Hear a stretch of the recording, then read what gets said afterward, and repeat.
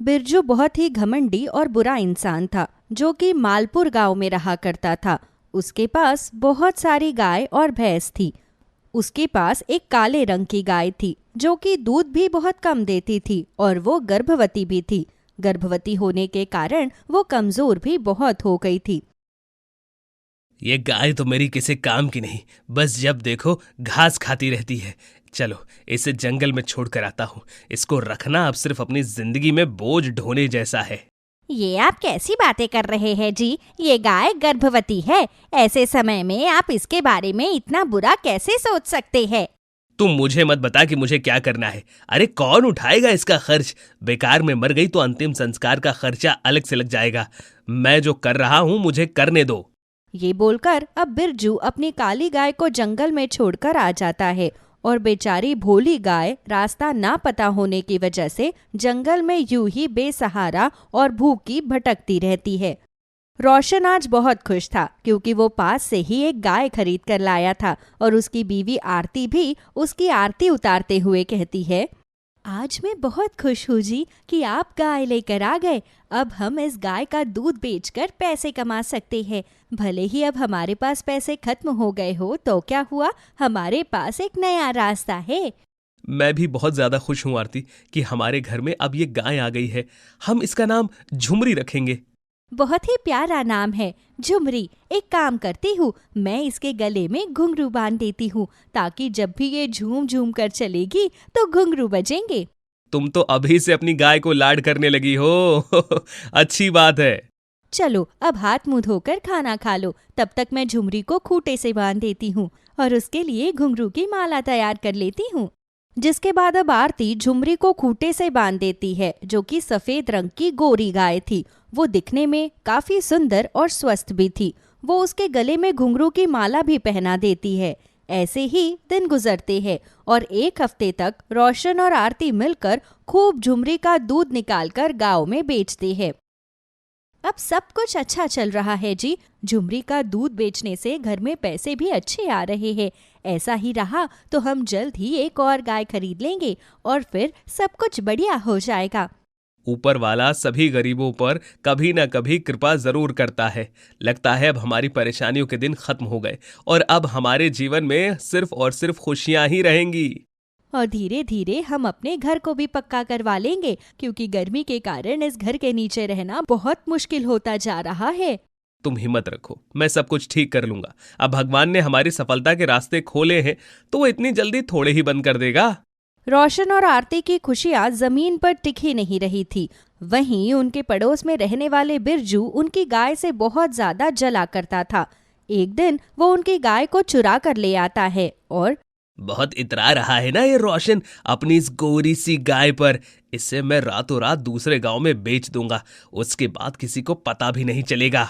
झुमरी को चुरा करके ले जाता है और दूसरे गांव ले जाकर उसे बेच देता है। अगली सुबह जैसे ही आरती और रोशन को ये बात पता चलती है तो उनके घर में मातम का माहौल छा जाता है। ये क्या हो गया जी? कौन हमारी झुमरी को चुरा करके ले गया? किसी को क्या मिल जाएगा हमारी झुमरी को चुरा कर? मैं पूरे गांव में ढूंढ चुका हूं उसे, लेकिन झुमरी का किसी को भी अता पता नहीं है।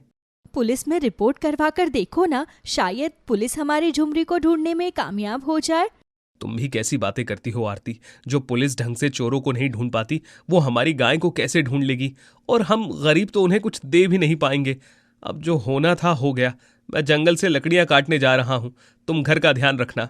कहाँ हम झुमरी का दूध बेचकर अच्छे से अपनी जिंदगी चला रहे थे और कहाँ अब आपको मेहनत करके लकड़ियां काटकर हमारे घर का खर्चा चलाना पड़ेगा। कोई बात नहीं आरती, तुम चिंता मत करो। ये सब विधि का विधान है। तुम राजीव और मुन्नी का ध्यान रखना, मैं समय से आ जाऊंगा। जिसके बाद अब रोशन जंगल में जाता है और लकड़ियां काटने लगता है। तभी उसे झाड़ियों में कुछ सरसराहट महसूस होती है। लगता है जंगल में कोई जानवर है। अगर ये जंगली जानवर हुआ और उसने मुझ पर हमला कर दिया तो मुझे भी कुल्हाड़ी लेकर तैयार रहना चाहिए। रोशन भारी कुल्हाड़ी पकड़कर सतर्क हो जाता है और तभी झाड़ियों के पीछे से काली गाय निकल कर आती है जो कि गर्भवती थी। उसे देखकर रोशन ने कहा, अरे ये क्या? ये तो गर्भवती है और इसकी पीड़ा देखकर लग रहा है कि यह जल्दी ही बछड़े को जन्म देने वाली है। इससे अपने घर लेकर चलता हूँ, हम इसकी सेवा कर लेंगे, शायद भगवान हमें कुछ पुण्य दे दे। अब रोशन उस गाय को पकड़कर अपने घर लेकर आता है और आरती भी उस गाय को देखकर कहती है, आपने बहुत अच्छा किया जी जो आप इस गाय को ले आए, हम इसका बहुत अच्छे से ख्याल रखेंगे। वैसे भी झुमरी के जाने के बाद ये घर सूना हो गया था। अब आरती बहुत सारी घास ले जाकर उस काली गाय के आगे डाल देती है। तुम बहुत सुंदर हो, लेकिन तुम काली हो, इसलिए हम तुम्हें कल्लू बुलाएंगे, गुस्से में नहीं बल्कि प्यार से। ये सुनकर कल्लो भी पूंछ हिलाने लगती है और उसी रात को वो जोर जोर से दर्द से करहाने लगती है। आरती और रोशन उसके पास जाते हैं और उसको दर्द में देख कहते हैं, लगता है हमारी कल्लू की पीड़ा शुरू हो गई है, ये बछड़े को जन्म देने वाली है। पर कल्लो इतनी कमजोर है कि मुझे नहीं लगता कि ये इस दर्द को सह पाएगी। अब आरती गर्म पानी और गर्म तौलिया लेकर आती है और कल्लो की डिलीवरी करवाती है। अब काली गाय प्रसव पीड़ा के दौरान तड़प कर मर जाती है, लेकिन मरने से पहले वो एक सुंदर सी सफेद रंग के बछड़े को जन्म देती है।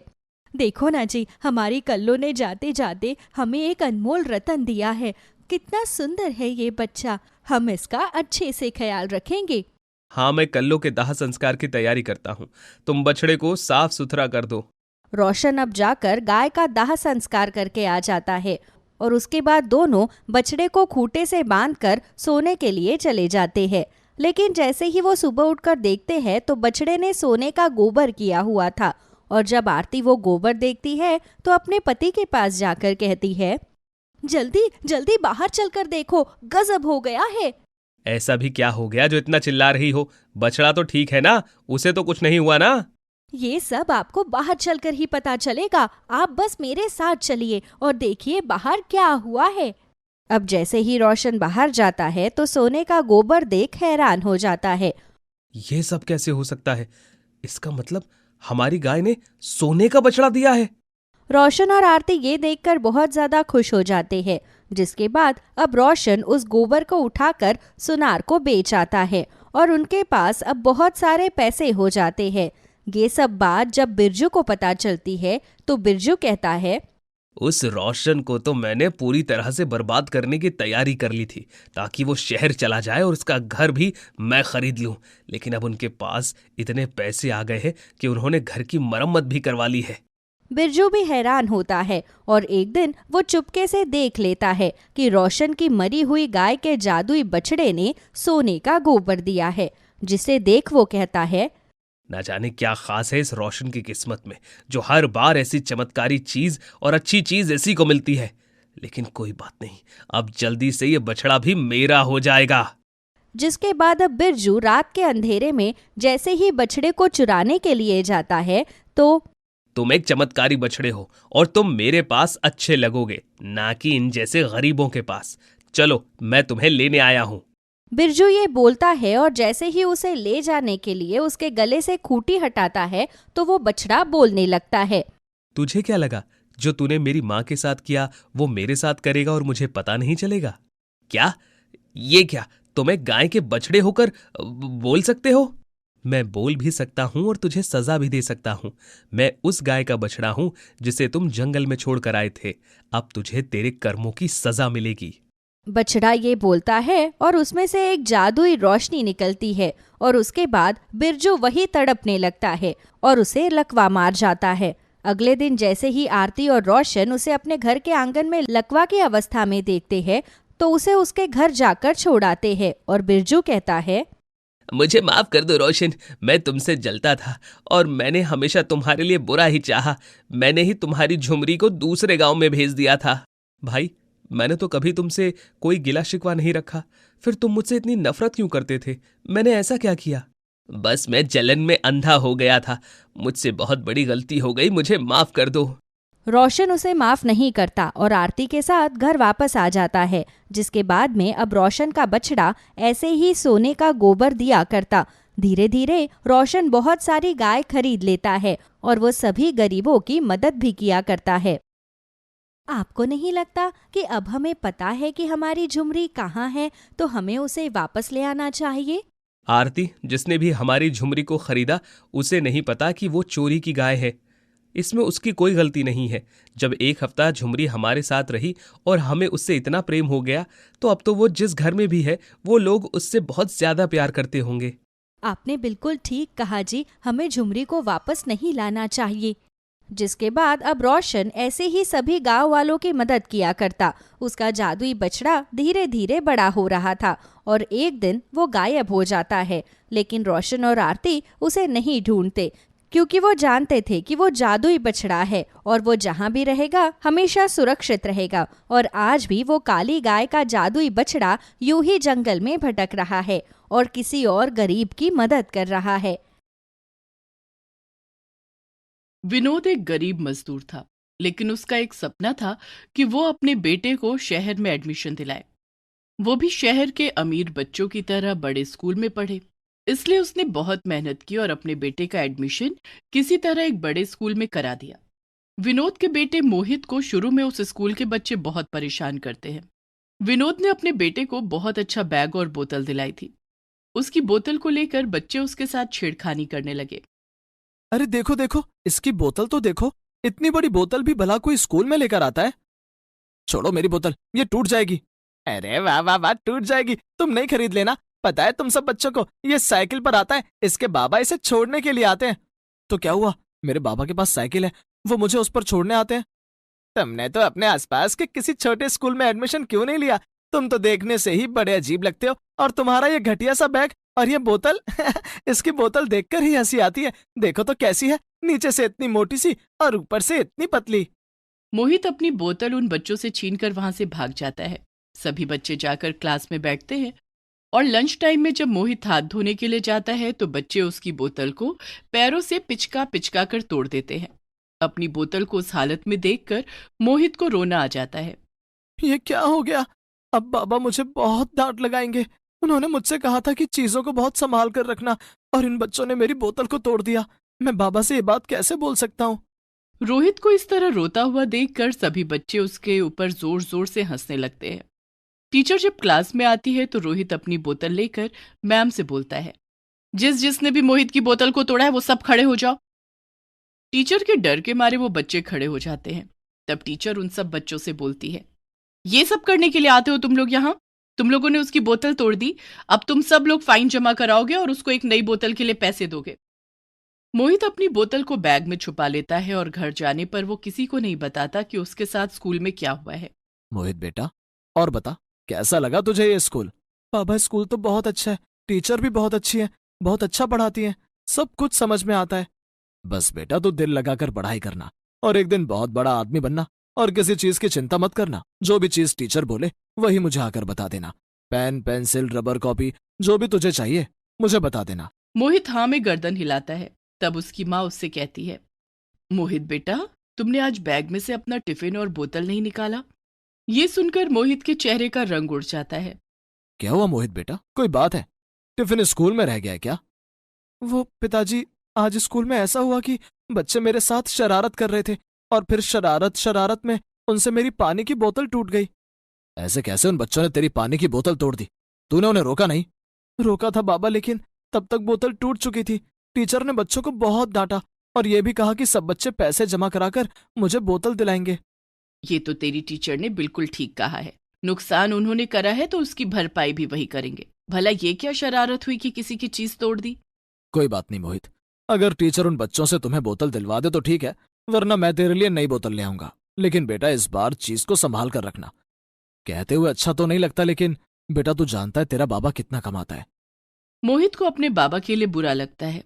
अगले दिन टीचर स्कूल में सभी बच्चों से पैसे कलेक्ट करती है और लंच टाइम में मोहित के लिए एक नई बोतल मंगवा देती है।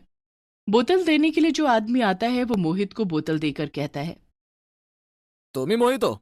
ये लो बेटा, मैं तुम्हारे लिए बोतल लेकर आया हूँ, और ये कोई ऐसी वैसी बोतल नहीं है। तुम इस बोतल से जो चाहे ले सकते हो, जो चाहे।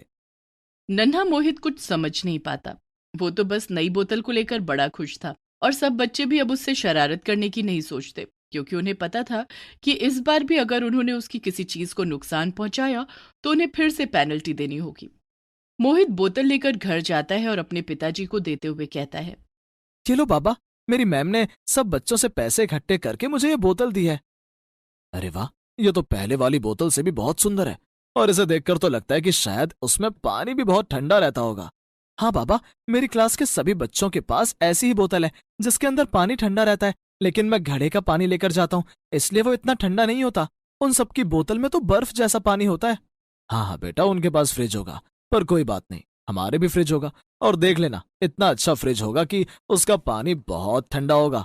ये कहकर वो मोहित के बालों में हाथ फेरने लगते हैं कि तभी बोतल में हलचल सी होती है और दीवार के साथ एक नया फ्रिज खड़ा होता है। बाबा देखो, वहां पर फ्रिज है।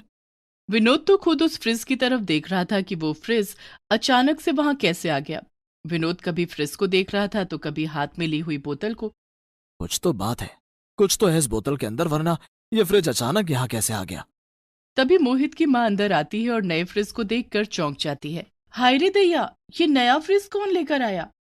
माँ तुम्हें पता है, ये फ्रिज अपने आप यहाँ पर आ गया। अच्छा, ये फ्रिज यहाँ पर अपने आप आ गया? कोई जादू है क्या? जादू? जादू? तूने बिल्कुल सही कहा, ये सब जादू से ही हुआ है। और मुझे लगता है कि ये पानी की बोतल एक जादुई बोतल है। पानी की बोतल? ये तो मामूली सी बोतल है, क्या है ये सब? रुको रुको, मैं इस बोतल को हाथ में लेकर फिर से कुछ बोलता हूँ। विनोद पानी की बोतल को हाथ में लेकर कहता है कि उसके पास एक सुंदर बड़ी साइकिल आ जाए, और देखते ही देखते वहां पर एक बड़ी सुंदर साइकिल आ जाती है। ये तो सचमुच में ही जादुई बोतल है। मोहित बेटा, सच सच बता, ये जादुई बोतल तुझे कहाँ से मिली? मैं सच कह रहा हूँ बाबा, टीचर ने स्कूल में बच्चों से पैसा इकट्ठा किए, फिर एक आदमी ये बोतल लेकर मेरे पास आया और उसने कहा, अरे हाँ हाँ बाबा, मुझे याद आया, उसने कहा था कि तुम मुझसे बहुत सारी चीजें ले सकते हो जो तुमने कभी सोची भी नहीं होंगी। इसका मतलब तो ये हुआ बाबा कि वो आदमी मुझे ये बताना चाहता था कि ये जादुई बोतल है। दया रे दया, मेरी तो कुछ भी समझ में नहीं आ रहा। एक मामूली से दिखने वाली पानी की बोतल एक जादुई बोतल है। विनोद, उसकी पत्नी और मोहित तीनों अचंभित भी थे और खुश भी थे। अगले दिन सुबह विनोद अपनी नई साइकिल पर मोहित को स्कूल छोड़ने जाता है। बाबा, आप ये बोतल वापस ले जाओ, कहीं ऐसा ना हो मेरे मुंह से कुछ निकल जाए और वो चीज यहाँ पर आ जाए। बेटा, अभी तो इसे अपने पास ही रख, आज दुकान खुलेगी तो मैं तेरे लिए नई बोतल लेकर आऊंगा। फिलहाल तो तू इसी बोतल से काम चला, और हाँ, कुछ भी ऐसा वैसा मत बोलना कि इस जादुई बोतल से वो यहाँ पर आ जाए। और हाँ, किसी बच्चे को भी मत बताना कि ये जादुई बोतल है। मोहित हाँ में गर्दन हिलाता है और अपनी क्लास में चला जाता है। लंच टाइम के बाद सभी बच्चे एक जगह पर इकट्ठा होकर बहुत शोर मचा रहे थे। मोहित भी उस शोर की आवाज पर वहां पहुंच जाता है। क्या हुआ यहाँ पर? सब लोग इतनी भीड़ लगाकर क्यों खड़े हैं? दिखाई नहीं दे रहा? वहां खिड़की में देखो, बिल्ली का बच्चा फंस गया है और उधर कोई जा नहीं सकता। देख लेना, वो नीचे गिरते ही मर जाएगा। नहीं नहीं, ऐसा मत कहो, वो बेचारा मर जाएगा, हमें उसकी जान बचानी चाहिए। हम सब यहाँ पर खड़े होकर उसको बचाने के लिए ही बातें कर रहे हैं, लेकिन तुम देख रहे हो उस खिड़की तक कोई पहुंच नहीं सकता। पता नहीं ये बिल्ली का बच्चा वहां कैसे पहुंच गया। मोहित उस बच्चे को देखकर परेशान हो जाता है। तभी वो अपने बैग में से पानी की बोतल निकालता है और एक कोने में जाकर उस बोतल से कहता है कि बिल्ली के बच्चे को बचा लो।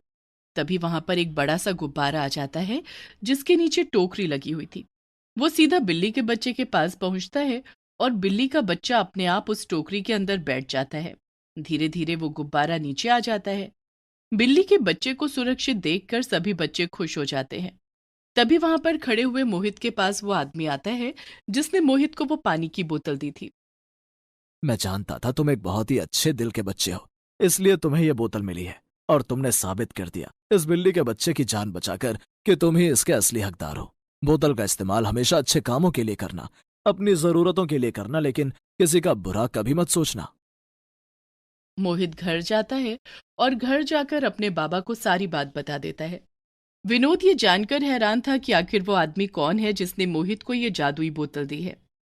वो जो कोई भी होगा, बड़ा ही भला मानस होगा, लेकिन देखो जी, उसने साफ साफ कहा है कि इस बोतल का गलत इस्तेमाल नहीं करना, तो हम कभी भी इस बोतल का गलत इस्तेमाल नहीं करेंगे। हम केवल अपनी जरूरत की चीजें ही मांगा करेंगे। विनोद मोहित को एक नई बोतल लाकर दे देता है और उस जादुई पानी की बोतल से वो केवल और केवल अपनी जरूरत की चीजें लेता था। उसमें भी अधिकतर वो चीजें होती थी जो वो मोहित के लिए खरीद नहीं सकता था। धीरे धीरे विनोद ने जादुई पानी की बोतल से अपना एक छोटा सा काम डाल लिया और उन्हें कभी किसी चीज की कमी नहीं रही। किशन एक गरीब लड़का था और एक छोटे से गांव में रहता था। उसके पिताजी नहीं थे। वो बचपन से ही मेहनत मजदूरी करता था और साथ ही साथ पढ़ता भी था। एक दिन वो एक जंगल से गुजर रहा था। अचानक उसकी नज़र वहां पर लगे हुए एक जामुन के पेड़ पर पड़ती है। वो जामुन का पेड़ पूरी तरह जामुन से लदा हुआ था। अरे वाह, जामुन का पेड़! और इस पर तो इतने सारे जामुन आए हुए हैं। क्यों ना मैं ये जामुन तोड़कर बाजार में बेचूं। वैसे भी कई दिनों से कोई काम नहीं मिला है, इसीलिए सारे पैसे भी खत्म होने को आए हैं। और आज माँ की दवाई भी लेकर जानी थी। हाँ, मैं यही करता हूँ। मैं जल्दी से जामुन तोड़ लेता हूँ। वो अपने सर पर बांधे हुए गमछे को उतार लेता है, उसे जमीन पर फैला देता है। फिर जामुन के पेड़ पर चढ़कर वो टहनियों को हिलाने लगता है। जामुन टूट टूट कर नीचे गिर जाते हैं। फिर वो सारे जामुन चुगकर अपने गमछे में जमा कर लेता है और जाते जाते जामुन के पेड़ से कहता है, तुम्हारा बहुत बहुत धन्यवाद जामुन के पेड़। अगर मेरे चढ़ने या टहनियों को हिलाने से तुम्हें कोई तकलीफ हुई हो तो उसके लिए मुझे माफ करना। क्या पता आज इन जामुन को बेचने से मुझे इतने पैसे मिल जाएं कि मैं अपनी माँ की दवाई और घर का राशन ले जा पाऊं। किशन वहां से चल देता है और एक छोटे से बाजार में जाकर खड़ा हो जाता है। मीठे मीठे रसीले मोटे जामुनों को देखकर लोगों का ध्यान बरबस ही उन जामुन की तरफ चला जाता है। थोड़ी ही देर में उसके सारे रसीले जामुन बिक जाते हैं और उसे अच्छे पैसे मिलते हैं। आज तो मेरी अच्छी कमाई हो गई है। चलो मैं माँ के लिए दवाई ले देता हूँ। अब भैया, ये वाली दवाई दे दो। हाँ हाँ, क्यों नहीं, अभी रुको। वो दुकानदार दवाई निकाल कर दे देता है और वो राशन लेकर अपने घर आ जाता है। कहाँ रह गया था? कितनी देर लगा दी? मैं कब से तेरा इंतजार कर रही थी। बस माँ, क्या करूं, आज काम ही नहीं था। फिर मैं जंगल से गुजर रहा था तो एक जामुन का पेड़ दिखाई दिया। मैंने वो जामुन तोड़े और उन्हें बेचने के बाद मैं ये दवाई और राशन तुम्हारे लिए लेकर आया हूँ। ये तो तूने बहुत अच्छा किया बेटा। घर में कुछ भी नहीं था खाने के लिए। मुझे सुबह से तेरी चिंता हो रही थी। चल, तू हाथ मुंह धोकर आ, मैं कुछ बना कर लाती हूँ। अगले दिन किशन सुबह सुबह ही जंगल में पहुंच जाता है। वो जामुन के पेड़ को देखता है। वो आज भी पूरी तरह जामुन से लदा हुआ था। उसे बड़ी हैरानी होती है क्योंकि कल उसने काफी मात्रा में जामुन तोड़ लिए थे। वो आज फिर जामुन तोड़ता है। उन्हें जमा करने के बाद जब वो उन्हें उठाता है और पेड़ को धन्यवाद देता है और माफी मांगता है, तभी पेड़ से आवाज आती है, किशन, मैं एक जादुई जामुन का पेड़ हूँ और तुम बहुत ही अच्छे इंसान हो। तुम मुझसे जामुन तोड़ने के बाद मुझे धन्यवाद देते हो और फिर मेरी तकलीफ को समझते हुए मुझसे माफी भी मांगते हो। तुम्हारा दिल बहुत अच्छा है। मैं तुम्हें एक फायदे की बात बताना चाहता हूँ। पहले तो एक पेड़ को बोलता हुआ देखकर किशन थोड़ा घबरा जाता है। फिर वो उस पेड़ की बात को ध्यान से सुनता है। तुम ये सारे जामुन अपने घर लेकर जाओ और इनमें से अर्क निकाल लो और मेरी गुठलियों को पीसकर उसकी छोटी छोटी गोलियां बना लो। जो भी कोई तुम्हें बीमार व्यक्ति दिखाई दे, पहले उसे ये गोली खाने के लिए और अर्क पीने के लिए दे दो। मेरे जादुई जामुन की गुठलियों और अर्क से वो लोग जल्दी ठीक हो जाएंगे। इस तरह तुम्हारा काम निकल पड़ेगा और सब ठीक होने लग जाएगा। क्या सचमुच में लोग इस बात पर यकीन करेंगे? हाँ हाँ, जरूर करेंगे। लेकिन किसी को यह बताने की जरूरत नहीं है कि ये जादुई जामुन का कमाल है। जब वो लोग तुम्हारी दवाई से ठीक हो जाएंगे, उन लोगों को खुद ही भरोसा हो जाएगा। तुम बहुत अच्छे जामुन के पेड़ हो। तुम्हारा बहुत बहुत धन्यवाद। मैं इन जामुन को अपने घर लेकर जा रहा हूँ। किशन सारे जामुन घर लेकर आ जाता है। फिर वो अपनी माँ की सहायता से उन जामुन का अर्क अलग करता है और गुठलियों को सुखाकर उनके पाउडर से गोलियां बना लेता है। सबसे पहले वो अपनी माँ को ही वो दोनों चीजें देता है। अरे वाह किशन, ये तो सचमुच में जादुई दवाई है। अब मेरे हाथ पैरों में बिल्कुल भी दर्द नहीं है। ये देखो, मैं कितने अच्छे से चल पा रही हूँ। बेटा तुम यही काम करना, देखना धीरे धीरे सबके दुख दर्द दूर होंगे, तो फिर हमारे दिन भी अच्छे हो जाएंगे। किशन उस जादुई जामुन की गुठली की बनी हुई दवाई और अर्क को बड़े ही कम दामों में लोगों को देता है। धीरे धीरे गांव के सभी लोग उसकी दवाई खाने से ठीक होने लगे। अब तो किशन को बहुत सारी दुआएं मिलती और पैसे भी। अब उसके घर में धीरे धीरे किसी चीज की कमी नहीं रही थी। हफ्ते में एक बार वो जामुन के पेड़ के पास जाता और उससे उसके जामुन मांगता। जादुई जामुन का पेड़ अपनी टहनियों को हिलाता और ढेर सारी जामुन वहां जमीन पर गिर जाती। किशन उन्हें उठाता और पेड़ को धन्यवाद देकर चला जाता। वहीं दूसरे गांव में एक सेठ के यहाँ एक बड़ा हादसा हो जाता है। उसकी बेटी चाय बनाते हुए बुरी तरह जल जाती है। घर वाले उसे जला हुआ देखकर बड़ा परेशान थे। नीम हकीम हर जगह की दवा उसकी करा चुके थे, लेकिन कोई भी उसके चेहरे और हाथों को ठीक नहीं कर पा रहा था।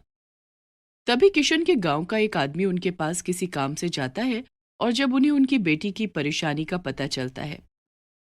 अरे सेठ जी, बिल्कुल भी घबराने की जरूरत नहीं है। हमारे गांव का किशन ऐसी जादुई दवाई देता है कि बस एक दो बारी के इस्तेमाल से ही आदमी पूरी तरह ठीक हो जाता है। मेरी बात मानो, अपनी बिटिया को वहीं दिखा कर आओ। सचमुच में अगर मेरी बेटी को उसकी दवाइयां लग गईं और मेरी बेटी सही हो गई तो मैं वादा करता हूँ कि मैं उसका घर धन से भर दूंगा। फिर क्या सोच रहे हो? चलो जी, हम अभी मोहिनी को लेकर किशन के पास जाते हैं। मोहिनी अपने चेहरे को हर समय दुपट्टे से ढक कर रखती थी। उसे अब लोगों से मिलने जुलने में बिल्कुल भी दिलचस्पी नहीं थी। जो कोई भी उसके झुलसे हुए चेहरे को देखता तो उसके मुंह से एक बार को चीख निकल ही जाती। जब मोहिनी को ये बात पता चलती है तो वो खुश तो होती है, लेकिन फिर उदास हो जाती है। माँ, मैं तो थक गई हूँ। कभी इस डॉक्टर के पास जाओ, कभी उस वैद्य के पास जाओ, लेकिन होता कुछ भी नहीं है। मुझे मेरे हाल पर छोड़ दो, मुझे नहीं जाना कहीं पर भी। बेटा, उस आदमी ने कहा है कि उस गांव के किशन के हाथ में बहुत ही शफा है। उसके हाथ की दवाइयां इंसानों को जल्दी ठीक कर देती हैं। मैं मानती हूँ हम बहुत जगह घूमे हैं, लेकिन अपनी माँ के कहने से बस एक बार तू मेरे साथ चल तो सही। अगले दिन मोहिनी को लेकर किशन के गांव आ जाते हैं। एक आदमी से किशन का पता पूछते हैं। वो आदमी उन्हें घर तक छोड़कर जाता है। आइए आइए, बैठिए, बताइए क्या हुआ है। ये हमारी बेटी मोहिनी है। इसका चेहरा चाय बनाते वक्त बुरी तरह जल गया। चाय पूरी तरह इसके चेहरे और हाथ पर गिर गई, जिससे इसका चेहरा झुलस गया है। बहुत इलाज कराया लेकिन कोई फर्क नहीं पड़ा। तभी हमें किसी ने बताया कि तुम्हारे पास जादुई दवाई है। अगर आप इसी तरह दुपट्टे को लपेटे बैठी रहेंगी तो मैं कैसे देख पाऊंगा कि आपका चेहरा कितना जला है तथा आपको क्या दवाई देनी है। नहीं, मैं अपना दुपट्टा नहीं उतारूंगी। बस बाबा ने बता दिया ना मैं कितना जली हुई हूँ। जो भी मेरा जला चेहरा देखता है वो डर जाता है। भला ये क्या बात हुई? तुम अगर डॉक्टर को ही नहीं दिखाओगी तो फिर डॉक्टर इलाज क्या करेगा? किशन उसे बहुत समझाता है। आखिर में मोहिनी अपना दुपट्टा उतार देती है। किशन देखता है कि उसका एक तरफ से चेहरा और हाथ बुरी तरह जला हुआ है। वो अपनी अलमारी के पास आता है और 2 बोतल उठाता है। हे जादुई जामुन के पेड़ से टूटे हुए जामुनों, मैं ये दवाई उस लड़की को दे रहा हूँ। उसे जल्दी से अच्छा कर देना। तुम्हारा बहुत बहुत धन्यवाद। किशन बाहर आता है और सेठ और सेठानी को वो दवाई दे देता है और 1 हफ्ते बाद आने के लिए बोलता है। मोहिनी जी, ये एक बोतल और लीजिए। इसे अपनी जली हुई जगह पर लगा देना। देखना आप जल्दी अच्छी हो जाएंगी। और दुपट्टे को हर वक्त लपेट कर मत रखना। मोहिनी को कोई उम्मीद नहीं थी। वो मरे मन से किशन से वो बोतल ले लेती है और घर जाने पर वो अपनी माँ को कहती है, भला ऐसी भी कोई दवाई होती है कि उसे खाओ पियो और लगाओ ठीक हो जाओ? लगता है तुम्हारा दिमाग खराब हो गया है। दवाइयां लगाई और खाई ही तो जाती हैं। तुम एक बारी खाकर तो देखो। अगर आराम नहीं पड़ा तो हम नहीं जाएंगे। सच में अगर आराम हो गया तो सोचो तुम फिर से कितनी सुंदर दिखाई दोगी। बस माँ, तुम मुझे ऐसे ही ख्वाब दिखाती रहती हो और दवाइयाँ खिलाती रहती हो। सेठानी बड़ी पाबंदी के साथ मोहिनी को सुबह शाम और दोपहर को वो दवाई देती और मोहिनी के चेहरे पर भी दवाई को लगाती। 3-4 दिन में ही मोहिनी को अपनी झुलसी हुई त्वचा ठीक दिखाई देने लगी। अब उसका मन थोड़ा खुश था और वो अब खुशी खुशी दवाई खा रही थी और दवाई लगाती थी। 1 हफ्ता होते होते उसके चेहरे के दाग बहुत हल्के हो गए थे। माँ, सचमुच में वो तो जादुई दवाई है। देखो तो मेरा चेहरा कितना अच्छा हो गया है। चलो ना माँ, आज हम फिर जाकर दवाई लेकर आते हैं। हाँ मेरी बच्ची, हम जरूर चलेंगे। उधर किशन हर हफ्ते जामुन के पेड़ के पास जाता, जामुन इकट्ठी करता और इसी तरह ही दवाइयां बनाता। अब तो दूर दूर तक किशन की ख्याति फैलने लगी थी। मोहिनी भी एक बार और आकर उससे दवाई लेकर चली जाती है। अब वो बिल्कुल ठीक थी और जब मोहिनी का चेहरा पूरी तरह ठीक हो गया तो वो पहले की तरह सुंदर दिखाई दे रही थी। यहाँ तक कि किशन भी मोहिनी को देखता रह गया। एक दिन सेठ सेठानी और मोहिनी किशन से मिलने आते हैं। अरे मोहिनी जी, अब तो आप बिल्कुल ठीक हो गई हैं और भगवान की कसम आप बहुत सुंदर भी हैं। बेटा, मैं तो यहाँ तुम्हारी माँ से मिलने आया हूँ। क्या तुम्हारी माँ से बात हो सकती है? तभी किशन की माँ भी वहां जाती है। सेठ उसकी माँ से कहता है कि अगर हम चिराग लेकर भी ढूंढें तो हमें किशन से अच्छा दामाद नहीं मिल सकता। आप हमारी मोहिनी को अपने घर की बहू बना लो। और ये सुनकर किशन मन ही मन खुश हो जाता है। और कुछ दिन बाद किशन की शादी मोहिनी से हो जाती है। जादुई जामुन के पेड़ की वजह से अब किशन का जीवन बड़ा ही खुशहाल था। बद्रीनाथ अपने परिवार के साथ एक छोटे से गांव में रहता था और वहीं के एक मंदिर में वह कर्मचारी था। उसके परिवार में उसकी पत्नी सरला और 2 बच्चे थे। बद्रीनाथ जिस मंदिर में कर्मचारी था, वहां पर रोज भंडारा लगा करता था। वो वहां पर आकर खाने वाले लोगों के झूठे पत्तल उठाया करता था। बद्रीनाथ एक बड़ा ही स्वाभिमानी व्यक्ति था। वो कभी भी मंदिर में बने हुए खाने को नहीं खाता था। वो केवल वहां से प्रसाद ग्रहण करता था और वही अपने परिवार को देता था। जो भी थोड़े बहुत पैसे उसे मिलते, उसी से ही सरला घर चलाती। लेकिन सरला कई बार कहती थी, सारी दुनिया मंदिर में खाना खाने जाती है, लेकिन तुम मुझे बच्चों को कभी भी भंडारे में लेकर नहीं जाते। भला ये भी कोई बात हुई? तू नहीं समझेगी सरला, मेरे को बिल्कुल अच्छा नहीं लगेगा कि तू ये बच्चे कभी भंडारे में जाकर वहां बैठकर भंडारा खाएं। भगवान की दुआ से मैं कमा कर लाता हूँ, तुम उसी में घर चलाती हो, यही बहुत है। अगर मैंने तुम लोगों को वहां पर बैठकर खाना खाते हुए देख लिया तो मेरा मन बहुत दुखी हो जाएगा। पता नहीं, शायद मैं तुम्हें समझा नहीं पा रहा हूँ। मैं समझ गया बाबूजी, आप सही कह रहे हैं। हम लोग वहां खाना खाते हुए अच्छे नहीं लगेंगे क्योंकि आप वहां पर नौकरी करते हैं। देखो तो, तुमसे ज्यादा समझदार तो मेरा बेटा हो गया है। तभी सरला सबके लिए खाना निकालती है और सारा परिवार खुशी खुशी वो रूखा सूखा खाना खाता है। दिन ऐसे ही कट रहे थे। रोज सुबह बद्रीनाथ टाइम से मंदिर पहुंच जाता और 11 बजे से लेकर शाम 7 बजे तक लगने वाले भंडारे में जितने भी पत्तल होते, वो उठाकर कूड़े में फेंकता। एक दिन बद्रीनाथ, तुम कितने निष्ठा से काम करते हो, तुम्हें देखकर बड़ा अच्छा लगता है। पूरा दिन तुम कितने पत्तल लोगों के सामने से उठाते हो, लेकिन तुम्हारे चेहरे की मुस्कान कभी कम नहीं होती। इसी से पता चलता है कि तुम अपने काम से कितना प्यार करते हो। पंडित जी, सेवा करने का जो मजा है वो तो मैं आपको बता ही नहीं सकता। यह तो मेरा कर्म है, बाकी सब भगवान की इच्छा। दोपहर के भंडारे का काम चल रहा था। जल्दी जल्दी लड़कों ने पत्तल बिछा दिए और सब लोग खाना खाने बैठ गए। तभी वहां पर एक बूढ़ा आदमी आया। उसके हाथ में एक थाली थी जो दिखने में ही काफी पुरानी लग रही थी। उसने अपनी थाली को अपने सामने रखा और लड़कों से कहा कि वो पत्तल में खाना नहीं खाता, जो देना है वो थाली में दे दो। लड़कों ने भी बूढ़े की बात मानी और उसकी थाली में खाना परोस दिया। सब लोग खाना खाने में व्यस्त हैं। थोड़ी देर बाद सब लोग खाना खाकर उठ जाते हैं और बद्रीनाथ सबके झूठे पत्तल उठाने लगता है। अरे वो बूढ़े बाबा कहाँ गए? अपनी थाली यहीं छोड़ गए। अब मैं इस थाली का क्या करूं? ऐसा करता हूं, इसे धो मांज कर घर ले जाता हूं।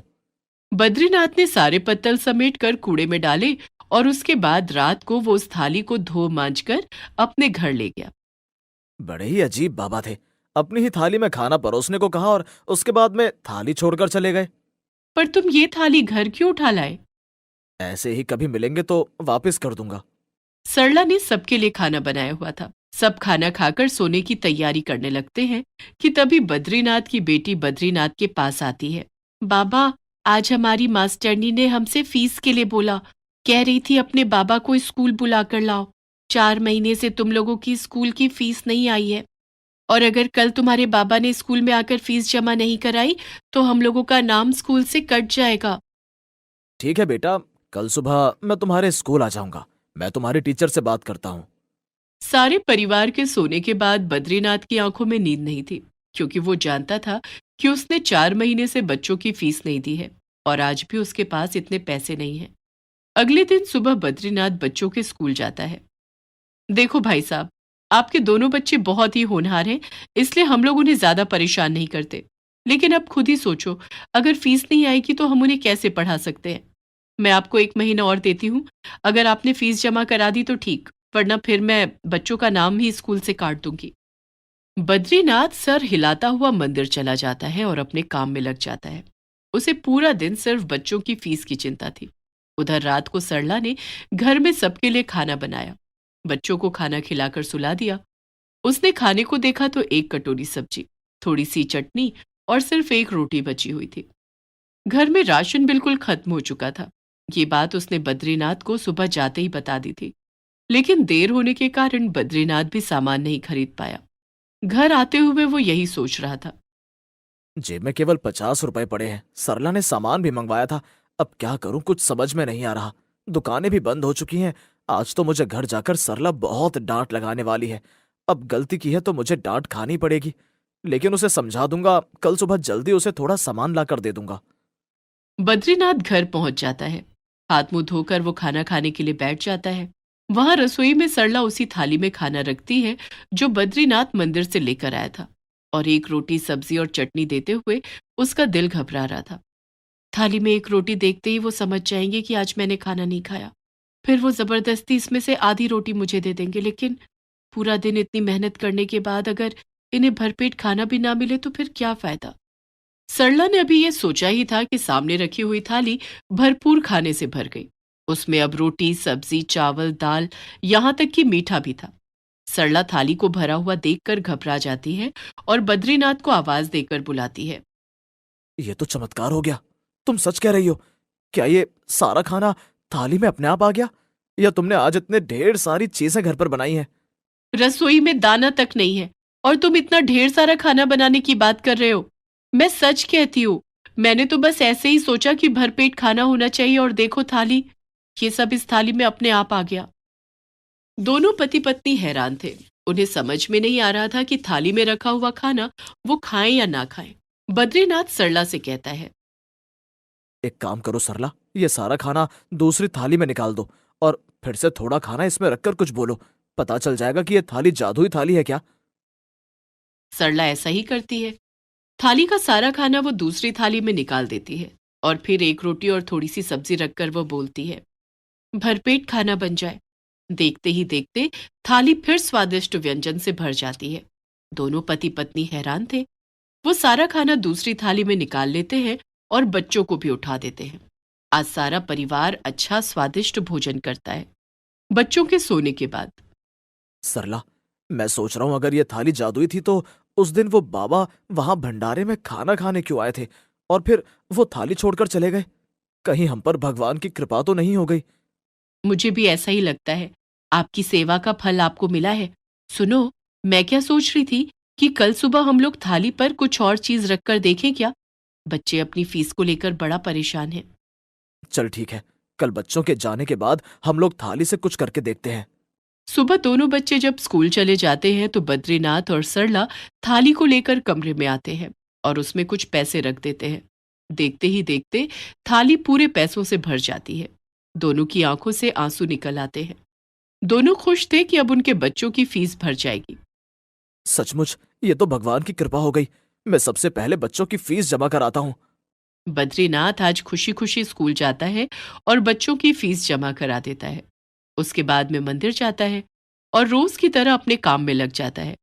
वहीं सरला घर बैठे हुए सोचती है कि इतनी मेहनत वो मंदिर में करते हैं, अगर अपने काम में करें तो। शाम को जब बद्रीनाथ घर आता है तो सरला उससे कहती है, मैं क्या सोच रही थी, अगर हम लोग अपना काम करें तो कैसा रहेगा? काम तो हम कर लेंगे, लेकिन कौन सा काम करें? देखो, ये एक ऐसी चीज है, अगर हम लोग जल्दी जल्दी इससे अमीर हो गए तो सब लोगों की नजर में आ जाएंगे, और मैं नहीं चाहता कि ऐसा कुछ हो, और मैं मेहनत भी करना चाहता हूँ। देखो, तुम मंदिर में काम करते हो। पंडित जी से कहो कि आज के बाद जितने भी पत्तल मंदिर में आएंगे वो सब तुम बनाकर बेचोगे। मुझे नहीं लगता पंडित जी तुम्हें मना करेंगे। अगले दिन बद्रीनाथ पंडित जी के पास जाता है और उन्हें बताता है कि वो पत्तल बनाने का काम शुरू कर रहा है। घर में उसकी पत्नी पत्तल बनाया करेगी। तो क्या वह पत्तल आप खरीद लोगे? हाँ हाँ बद्रीनाथ, क्यों नहीं। वैसे भी पत्तलों की बहुत कमी हो जाती है। यह सुनकर बद्रीनाथ खुश हो जाता है। अब बद्रीनाथ की पत्नी घर पर बैठकर उस थाली में एक पत्तल रखती और उसमें ढेरों पत्तल हो जाते, जिन्हें बद्रीनाथ ले जाकर मंदिर में पंडित जी को दे देता और उसे अच्छे पैसे मिलते। घर में किसी चीज की कमी होती तो वो उस थाली से पूरी हो जाती। देखते ही देखते बद्रीनाथ के घर के हालात बहुत अच्छे हो जाते हैं। इसके बावजूद भी बद्रीनाथ अपने मंदिर का काम नहीं छोड़ता। अब तुम्हें वहां पर जूठे पत्तल उठाने की क्या जरूरत है? हम लोग काम तो कर ही रहे हैं ना। नहीं नहीं सरला, वो काम मैं नहीं छोड़ सकता। तुम भूल गई हो, जब हम शहर में आए थे हमारे पास खाने के लिए कुछ भी नहीं था। तब पंडित जी ने हमारे सर पर अपना हाथ रखा। कितने साल मैंने वहीं काम करके अपने परिवार का पालन पोषण किया है। मैं उसे कभी नहीं छोड़ूंगा। और मत भूलो, ये जादुई थाली भी मुझे उसी काम से मिली है। मुझे तो लगता है आपके इसी स्वभाव के कारण भगवान आप पर प्रसन्न हुए और हमें ये जादुई थाली मिली। सच कहती हूँ, जब से ये जादुई थाली हमारे जीवन में आई है, हमारे जीवन की दशा ही बदल गई है।